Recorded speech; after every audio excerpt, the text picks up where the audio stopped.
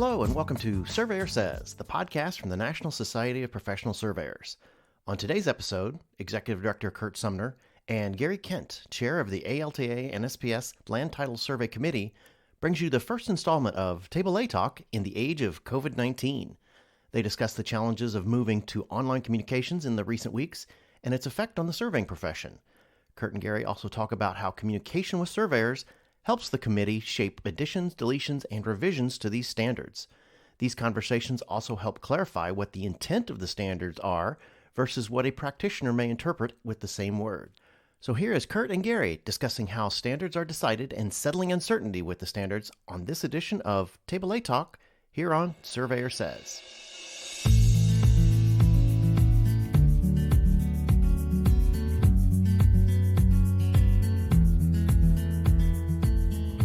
So with that said, welcome audience to Surveyor Says, the NSPS podcast series. I feel a little rusty today because I don't remember the last time I sat down to do one of these podcasts, but I do know that it was before the COVID-19 began because it's been crazy since then. And by the way, my guest today is Gary Kent. Welcome, Gary. Hello, Curt.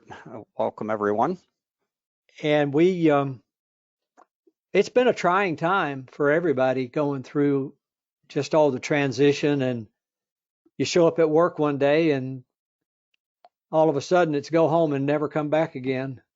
It's not quite like being fired, I guess, but it was just such an abrupt thing, I think, that happened to all of us. You know, it just kind of came, and you'd heard a little bit about it, I guess, on TV or maybe even in some emails, but didn't pay that much attention to it.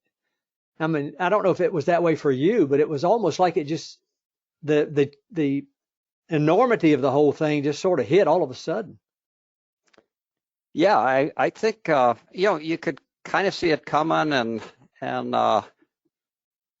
then, well, we're going to have to stay home. And I was just talking with somebody today about that. And it's like, well, I think most of us probably felt like, yeah, this will blow over and, it'll be fine. And, it's going to be a couple of weeks and whatever. Yeah. And now, so, yeah, I was talking with our HR director, who's a good friend of mine, and she said something about I said something about the new normal, and she said, you mean the new normal yesterday or the new normal a half hour ago? Or the impending one tomorrow, right? Yeah, exactly. Yeah, I guess one of the things I've learned is this is my 4th week now at home, and I've not been out of the house a lot. I've been a couple of places and out in the yard, of course, and walking around a little bit, but I haven't been out all that much.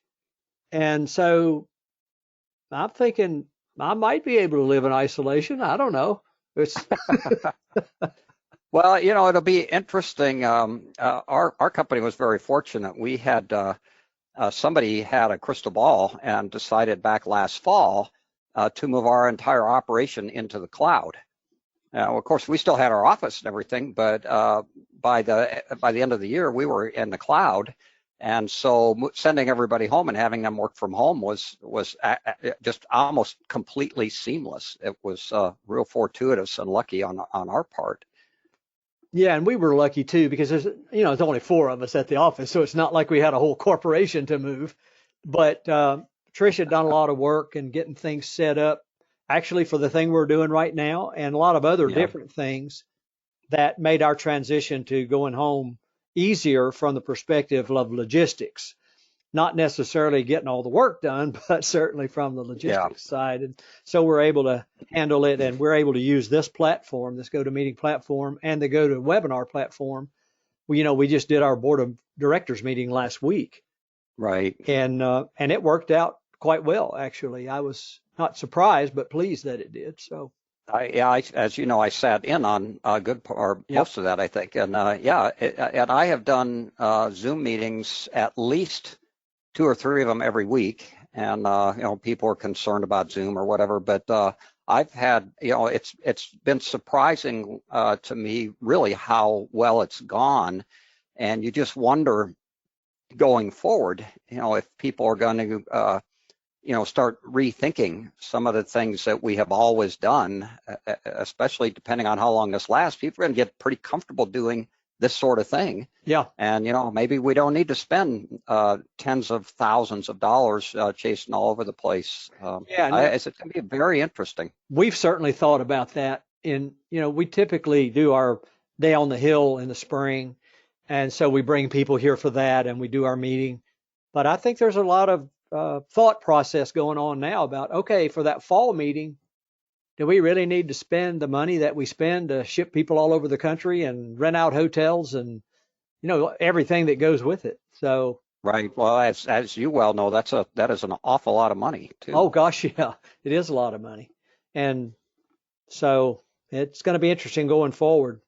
So we've had our, hey, let's talk about what we've been doing lately version. So I guess we ought to get into our topic a little bit. And as is typical, Gary and I are going to talk about the ALTA NSPS standards and the progression of the next iteration, which is the 21 version. And before we came on the air, Gary and I were talking a little bit, and I mentioned the fact that I was trying to remember back which version was in play the first time I ever was involved in back then, ALTA NSPS survey.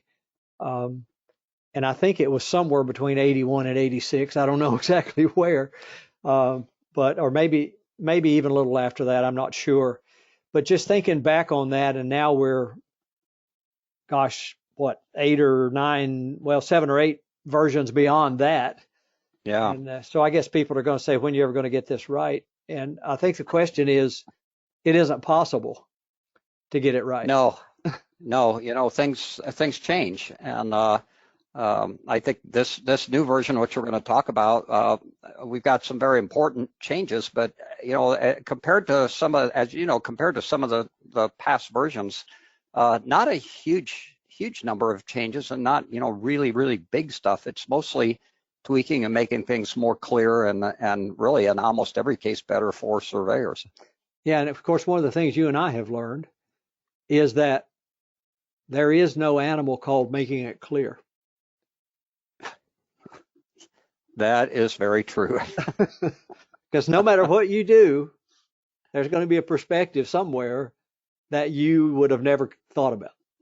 Yeah, that happens every time, and it usually happens before the new set even goes into effect. They get adopted in September, October, and they go into effect in February. And I'm usually out giving some programs in November, December, January, and inevitably somebody will say something and make a comment, and I'll look at it and go, yeah, wish we had talked about that a year ago. Yeah, exactly. Or something will come up that would never have occurred to you. Oh yeah, it's shocking, and I know that you run into that too. How some people end up interpreting things. Well, and as you know, Curt, we ran into that in one of our meetings, where there was not a consensus as to what are the very basic things in the standards meant, and I think it was eye-opening for all of us. Yeah. So all that being said, I think it just points out the importance of continuing to have these conversations, and then of course you're going to be spending an awful lot of time in sessions now for the next 5 years, in helping people to talk it through. And I think those sessions actually, they're instructional in a lot of ways, but it's also a talk it through kind of thing, and listen to the perspective. And like you said, even the bulb goes off sometimes.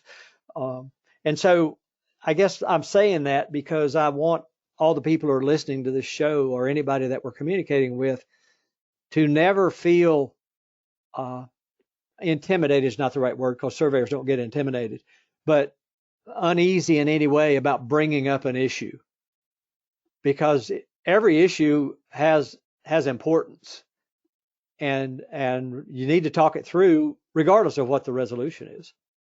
Right, I would echo that, and of course we don't know how many people don't bring stuff to us. As you know, we do get a lot of stuff from people, but And I, it doesn't bother me at all. People always thank me, and I say, it's my pleasure. Contact me anytime. I think it's important that people ask you or me, and for the audience sake, Curt and I share almost all of the questions that come in, so that we are always on the same page. We probably get more questions than anyone, and all of those questions are important, so that with every question, we hope that we're getting people narrowed in, on the same thinking and on the same understanding of what the standards are saying. Right. And as you go through the process, I'm sure you've seen this too, and I've done a couple of presentations, just short ones, on what's going on with this particular version, but a lot of little things you start to talk about that just didn't come to mind. For example, markings for utilities. Okay, is it paint? Is it paint marks? Could it be a nail in the ground? I mean, those things never you think about until you start having a conversation with people. Yeah. And we had that conversation and made a change to the standards because of that. Yeah. I guess a big question for me is, as we've gone through this, and of course we've done things on our own as NSPS, and then you do more collaboration with the ALTA people than the rest of us do. But has anything jumped out this time from the perspective of how one group views a particular thing and the other group views it differently? And in the meetings I've been in, the questions have come up, but I haven't heard a lot of discord. No, and I think that's really an interesting thing. In the distant past, I used to hear people say, there was something they didn't like about the standards, and they would say, well, those title people, they've just foisted that upon us. And my experience, literally, since I first got involved in the standards in 1988, I have never, ever seen that. The title folks are very conscious of what we can do and what we can't do. And I don't recall ever having anything that was even remotely close to a contentious conversation about, no, it has to say this, no, it can't say that. They don't want a set of standards that puts us in a high liability situation, and we don't either. So and I think I've worked really hard over the years to try and get a good understanding of what happens in the title world. And so as suggestions come along, I can usually look at a suggestion and say, that's a pretty good one. If we decide to do it, I think we could do that, and ultimately, obviously, ALTA is involved, but I say ALTA won't have a problem with that one. And actually, there aren't very many suggestions that come in where my thought is, yeah, we're going to have to talk through that one to make sure that we can, come to some common understanding and some wording that works for everybody. But you're absolutely correct. I've never seen any discord in the group, and you've been at a number of those meetings. Actually, they're a really good bunch of people to work with. Yeah, they are, and it doesn't hurt anything that one of the people on the group is a surveyor, but he's also a title guy.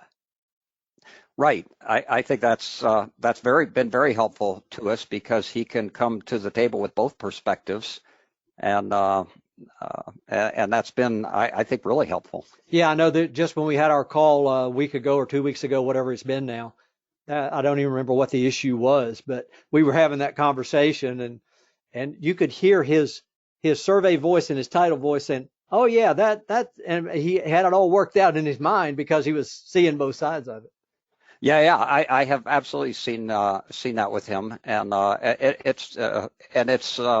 it's interesting, and I think it's instructive for him and certainly for us. Yeah, if we do end up having our fall meetings in Tulsa, as we're planning to do, who knows if that's going to happen at this point? But right. if we do, I think him coming over to the meeting, since he's so close by, is going to be great. I'm really looking forward to having him there. I am too, right.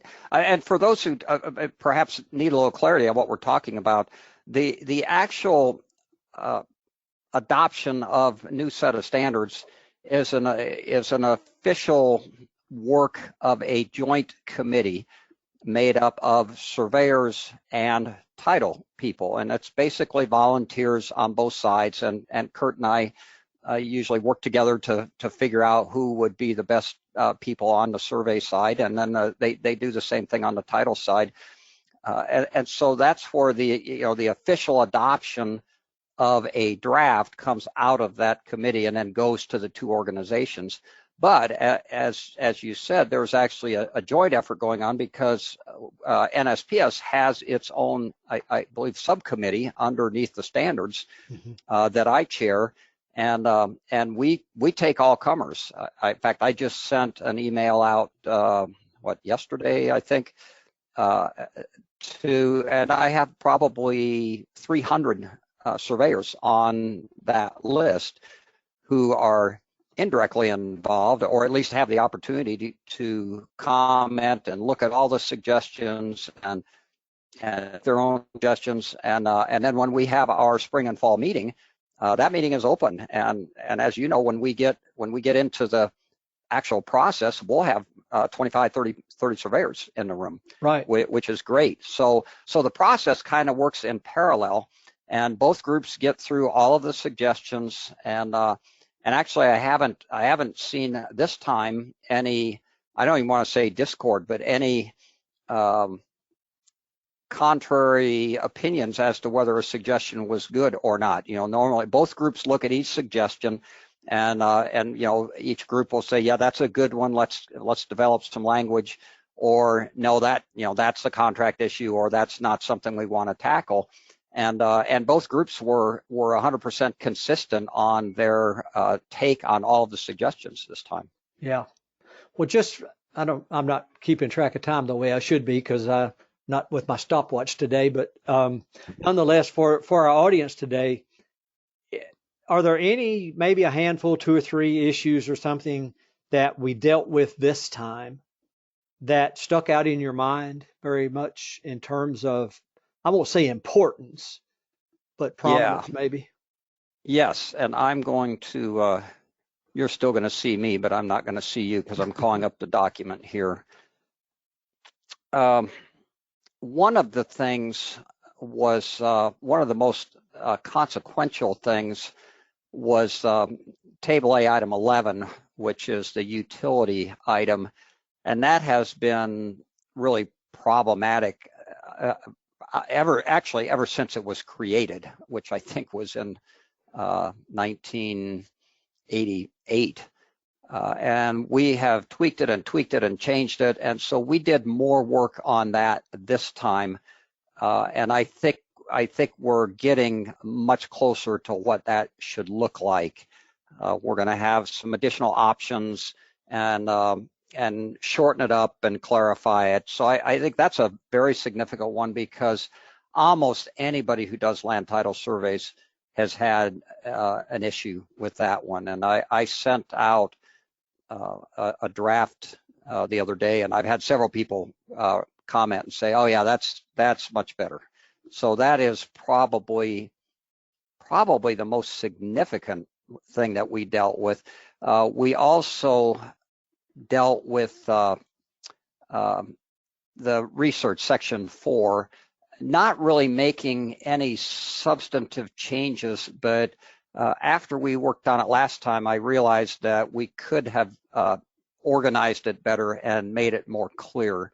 So Section 4 is going to read differently, even though I actually don't think there's anything new in there or consequential, other than just reformatting so it reads more logically, and it's probably easier for people to understand, and probably more clear responsibilities outlined. Right. And then also over in Table A, there was some discussion about, I don't know if sequences is the right word, in terms of a lot of the different issues, how they get listed and that type of thing. I remember we had some conversation about that. And, yeah, and the sort of the catch-all part. Oh, yes, yeah. There's a note up there, and kind of the introductory note, and that was one of the things that was an eye opener when we had one of the meetings. I don't know, it may have been the one in Austin, where we found out everybody did not interpret that in the way that I believe it was meant to be interpreted, and so we clarified that so that it is now going to say that. It's going to say whether any of the 20 items of Table A are to be selected and the exact wording of any selected item may be negotiated. And I think actually the word fee may be in there too, but we wanted to make it clear that not only is it negotiable as to whether an item gets selected, but the exact wording of the item can be negotiated also. And so that's going to be a clarification, and that may be something new to people, even though I think that was what was intended all along, actually. Yeah, just maybe a little more clear now, as Right. well as in the procurement of documents from utilities, for example. Who's going to do that? Right. That's going to be more clear and more options, so that it becomes when someone selects an option, it will be clear whose responsibility that is. Again, notwithstanding the fact that somebody could negotiate, pick an option and negotiate it, but as written, it will be, I think, much more clear as to who's responsible for what there. Yes. Right. And even down to what defines a utility mark? Is it a piece of flagging on the ground, or is it paint, or what is it? That right. we've had those conversations. Yes, we did have those conversations, and we actually decided to take all of those examples out of Table A, because we actually addressed those, as you know, in 2016, we made evidence of utilities mandatory in section 5E4, I believe, 5E4, and we already had examples there, and so we took them out of Table A item 11 because we already have examples listed in the mandatory part of the standards, but yes, it now will say among the evidence that the examples of evidence of utilities are utility locate markings. And I think we had in the past had said, flags or something to that effect. And, that was one of the things that came out of our meetings was, well, wait a minute, sometimes it's not a flag. I think we had paint markings before. And we know sometimes it's not a paint marking. Sometimes it's a flag or, maybe other things too. And so we've tried to broaden that a little bit. We also focused a little bit on off-site evidence of easements or utilities. Yes, that ended up being something that needed to be clarified, and I think that's addressed in part on where is that section? Or I'm sorry, Table A item. Oh, what? I'm looking here real quick. 19. And I think we were okay on Table A item 19 because, again, that's negotiable as to what offsite easements are involved. But in the main part of the standards, we realized that we needed to have a little more clarity and flexibility in there, and so that's going to be addressed. In addition to the when a surveyor becomes aware of a recorded easement that's not listed in the title commitment, right? And we've talked. I know I talk about that a lot in seminars, but we felt like we needed to provide some clarity on that issue. What in fact is the surveyor's responsibility? If we, in the process of our research, or because we did a survey next door, or or whatever, that we happen to know there is a recorded easement that's not listed in the title commitment, and so we've provided some clarification on that issue. Yeah, so I guess we don't want to. We've probably been on what, a half hour or so, maybe. Oh, probably, yeah. We try to keep these things at about that distance, that length, but it's important for us to talk about this, particularly right now as we're going into the final approval stage, and then hopefully on February 28th, is it? 23rd. 23rd. Terminus will be another year older, and we'll have new standards, right? Yes, we'll hope so. Yeah. Well, thanks for being with me today. I thought it was important for us to do another one of these going into sort of this last phase, so people could listen and you could give them some thoughts about things to be looking for that may or may not be new, but hopefully they'll be easier to understand, perhaps. Yeah, and actually, Curt, I just remembered there will be one other thing that we have not worked all the way through yet, and that is I am working, I won't say who I'm working with right now, but with an expert in the field on this issue, and we are going to be tweaking the measurement standard, the relative positional precision standard portion, which is in section 3E.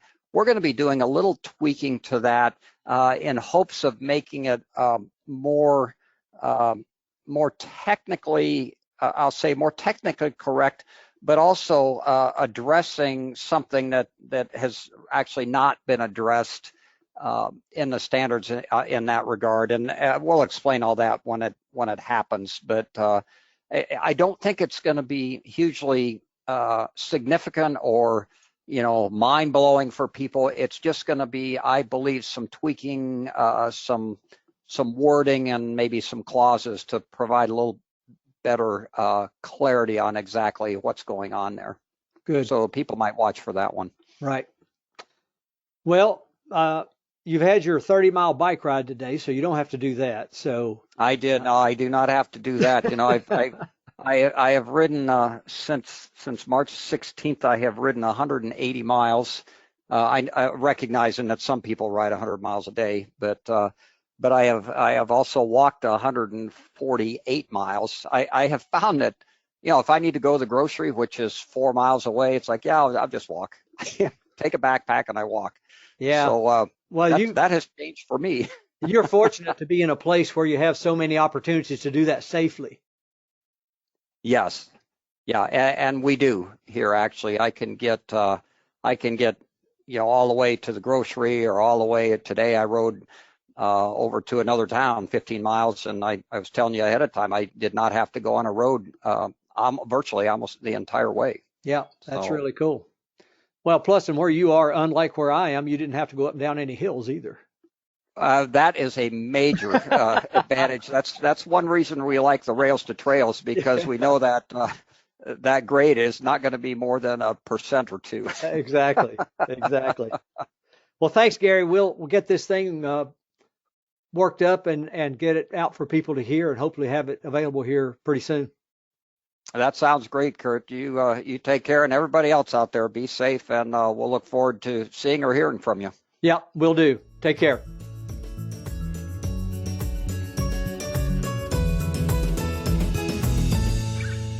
You've been listening to Table A Talk with Curt Sumner and Gary Kent here on the Surveyor Says podcast. Upcoming episodes will include the continued progress being made on the 2021 standards, as well as questions from our members and listeners. Next up on the schedule will be a follow-up on the essential services determination within the federal and state governments, as well as new developments in the light-squared legato environment with the FCC. We will also be talking about other surveying issues being addressed in this age of shelter-in-place and our legislators conducting business remotely like the rest of us. So remember, please subscribe to the podcast on iTunes, Apple Podcasts, Google Play, Spotify, as well as our podcast host, Podbean. And also watch our website, nsps.us.com, for information on future episodes. And remember, it's a great day to be a surveyor.